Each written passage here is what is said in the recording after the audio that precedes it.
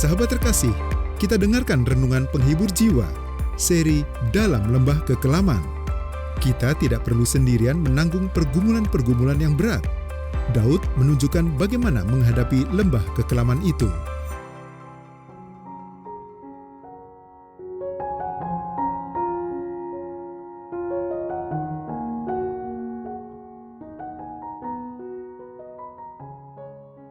Seri renungan penghibur jiwa ini berjudul Menunda Penilaian.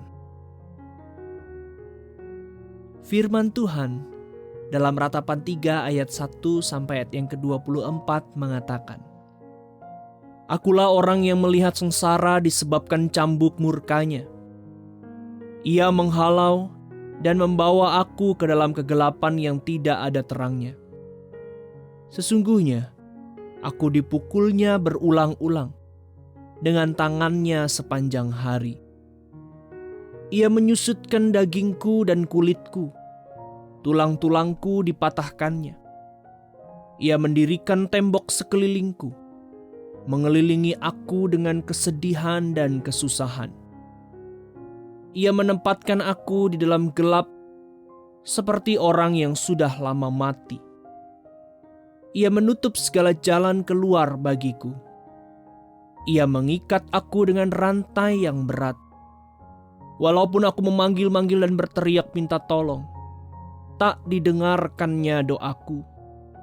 Ia merintangi jalan-jalanku dengan batu pahat dan menjadikannya tidak terlalui. Laksana beruang, ia menghadang aku. Laksana singa dalam tempat persembunyian. Ia membelokkan jalan-jalanku, merobek-robek aku, dan membuat aku tertegun. Ia membidikkan panahnya, menjadikan aku sasaran anak panah. Ia menyusupkan ke dalam hatiku segala anak panah dari tabungnya. Aku menjadi tertawan bagi segenap bangsaku, menjadi lagu ejekan mereka sepanjang hari. Ia mengenyangkan aku dengan kepahitan, memberi aku minum ipuh. Ia meremukkan gigi-gigiku dengan memberi aku makan kerikil. Ia menekan aku ke dalam debu. Engkau menceraikan nyawaku dari kesejahteraan. Aku lupa akan kebahagiaan.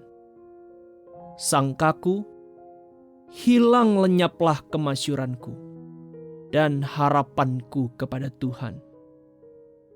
Ingatlah akan sengsaraku dan pengembaraanku, akan ipuh dan racun itu. Jiwaku selalu teringat akan hal itu dan tertekan dalam diriku. Tetapi hal-hal inilah yang kuperhatikan. Oleh sebab itu, aku akan berharap. Tak berkesudahan kasih setia Tuhan, tak habis-habisnya rahmat-Nya, selalu baru tiap pagi. Besar kesetiaan-Mu. Tuhan adalah bagianku, kata jiwaku. Oleh sebab itu, aku berharap kepada-Nya. Sahabat, ayat emas ini diambil dari Ratapan 3 ayat 24. Tuhan adalah bagianku, kata jiwaku. Oleh sebab itu, aku berharap kepada-Nya. Seorang ibu menulis surat kepada saya untuk menceritakan bahwa ia telah berdoa setiap hari demi keselamatan anak laki-lakinya.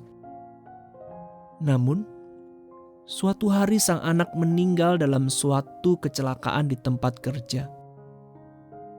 Sudah 4 tahun belakangan ini, kata ibu ini. Aku terus mencari-cari jawaban. Mengapa hal ini terjadi? Di keluarga yang lain, serangan jantung yang tiba-tiba telah merenggut keberadaan Ray dari sisi Sylvia.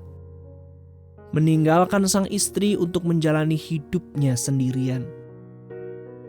Ketika saya dan istri mengunjunginya di rumah duka, kami menemukan bahwa Sylvia memang berduka. Tetapi ia tidak meminta-minta penjelasan dari Allah. Apa yang membedakan kedua wanita tersebut? Apakah ibu itu salah karena mempertanyakan Allah? Sama sekali tidak. Sylvia pasti juga bertanya-tanya tentang tujuan Allah di dalam tragedi yang dialaminya. Namun belajar dari pengalaman, Sylvia telah mengenal Allah yang dapat dipercaya sepenuhnya. Ia dapat menunda penilaian. Aku tak perlu menanyakan alasannya, kata Sylvia kepada kami.